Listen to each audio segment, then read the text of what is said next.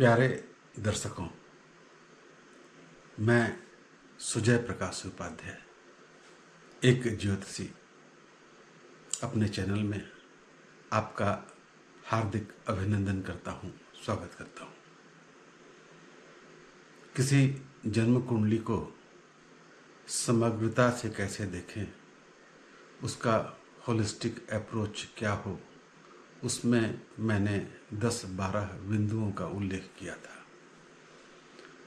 और मैंने यह भी चर्चा की थी कि आने वाले वीडियो में मैं बारी बारी से सभी उन बिंदुओं का, उन उपकरणों की चर्चा करेंगे जिसके आधार पे एक जन्म कुंडली का विश्लेषण किया जाता है। आज का दिन है लग्न के बारे में चर्चा करने का। लग्न, कौन सा लग्न? जन्म लग्न, सूर्य लग्न या चंद्र लग्न? मैं कहता हूँ तीनों लग्न, जन्म लग्न, सूर्य लग्न और चंद्र लग्न सम्यक विश्लेषण के लिए तीनों का भली भांति देखा जाना जरूरी है। मैं आपको बच्चों की तरह समझाने के लिए एक काल पुरुष कुंडली उदाहरण स्वरूप प्रयोग करूंगा जो आपको सामने दिख रही है। अब मैं चर्चा करता हूं कि किसी कुंडली में लग्नों को कैसे देखें और क्या देखें और उससे क्या अभिप्राय निकालें। आप गौर से देखिए, यह मेष लग्न की कुंडली है। चतुर्थ भाव में मंगल और राहु है, मंगल नीच का है, लग्नेश नीच का है। सप्तम भाव में सूर्य और बुध है, सूर्य नीच का है। शुक्र अष्टम भाव में है।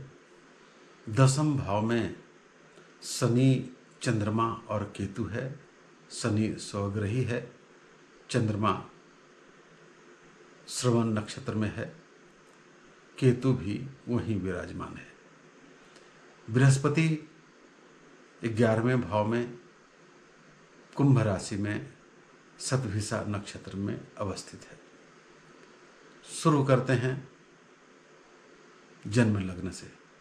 जन्म लग्न का मतलब क्या? जन्म कुंडली का पहला भाव।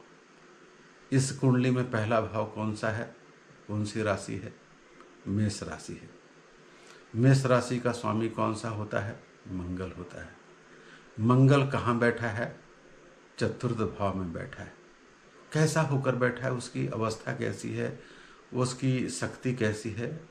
क्या वह बहुत मजबूत अवस्था में है? नहीं, वह कर्क राशि में है, नीच का होकर बैठा है, राहु के साथ बैठा है और तो और उस पे शनि, चंद्रमा, केतु की दृष्टि भी पड़ रही है।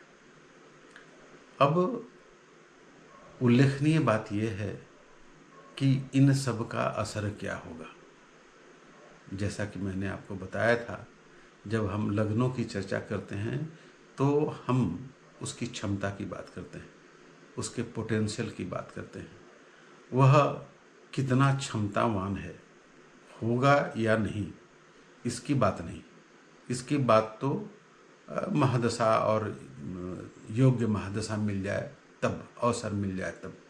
फिलहाल इतना क्षमता है या नहीं।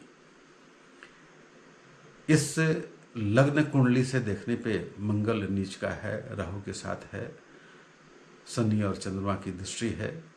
क्षमता थोड़ी कम हो गई दिखती है।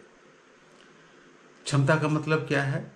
जैसे कोई एक धावक के बारे में आपको सोचना है तो आप उसके लंबे लंबे पैर हैं, शरीर सुदृढ़ है, मांसपेशियां मजबूत हैं, तो आपको लगेगा कि इसमें क्षमता तो है। यह बात दिगर है कि वह उस क्षमता के फलीभूत होकर उसको फल मिलता है या नहीं, इसकी चर्चा हम बाद में करेंगे। तो लग्न कुंडली, जन्म लग्न कुंडली की चर्चा इस तरीके से होनी चाहिए। प्रश्न ऐसा पूछा जाना चाहिए कि उस लग्न राशि का स्वामी कौन है, कहाँ बैठा है, कैसा होकर बैठा है, किसके साथ बैठा है, किन किन ग्रहों की दृष्टि पड़ रही है, और लग्न पर भी, मतलब इस कुंडली में मेष राशि पर भी किन किन ग्रहों का प्रभाव है। आप गौर करके देखेंगे तो सूर्य की दृष्टि है, बुध की दृष्टि है, लेकिन कैसी दृष्टि है सूर्य की? यह भी नीच की दृष्टि है। सूर्य नीच का है। सूर्य कार्तिक महीने का जन्म है, इसलिए सूर्य तुला राशि में है।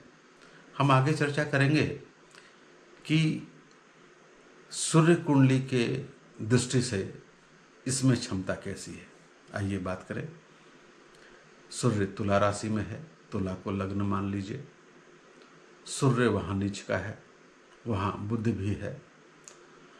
शुक्र 0 डिग्री से अष्टम भाव में है, तो आप उसको भी मान सकते हैं कि शुक्र सप्तम भाव में ही है। यह जन्म लग्न से थोड़ा अच्छा, थोड़ा परिमार्जित दिखता है, थोड़ी क्षमतावान दिखती है। कैसे? यद्यपि सूर्य नीच का है, लेकिन इस पर बृहस्पति की 9वीं दृष्टि पड़ रही है। केवल बृहस्पति की ही दृष्टि नहीं है, शनि, स्वग्रही शनि की भी दृष्टि है। केवल शनि की भी दृष्टि नहीं है, जो लग्नेश मंगल है उसकी भी 4थी दृष्टि है। तो यह कुंडली को थोड़ा क्षमतावान बनाती है। आइए आगे बढ़ते हैं। चंद्रमा कहाँ पे है? मकर राशि में है। इसको भी लग्न मानिए, इसको चंद्र कुंडली कहते हैं, चंद्र लग्न कहते हैं। चंद्र लग्न का स्वामी शनि है। शनि स्वग्रही होकर वहीं बैठा है, सस नामक योग बनाता हुआ बैठा है, और इस लग्न पर भी मंगल की दृष्टि है। और जो चंद्रमा की स्थिति है वह बहुत अच्छी है। शनि की स्थिति भी अच्छी है, चंद्रमा की स्थिति भी अच्छी है। कैसे? चंद्रमा श्रवण नक्षत्र में बैठा है। श्रवण नक्षत्र का स्वामी भी चंद्रमा ही होता है। शनि और केतु भी श्रवण नक्षत्र में हैं, उनका स्वामी भी चंद्रमा होता है। और नवमांश में चंद्रमा अपनी ही राशि कर्क राशि में बैठा है। इस चंद्रमा की स्थिति को अच्छी स्थिति कहते हैं।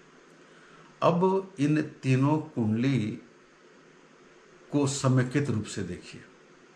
क्षमता की दृष्टि से आप देखेंगे तो यह बहुत क्षमता वाली कुंडली तो नहीं दिखती, लेकिन हाँ, इतनी क्षमता है कि वह भौतिक संसाधनों की दृष्टि से एक खास स्तर तक पहुंच सके, एक खास उपलब्धियों को प्राप्त कर सके, धन संचय कर सके, भूमि वाहन खरीद सके।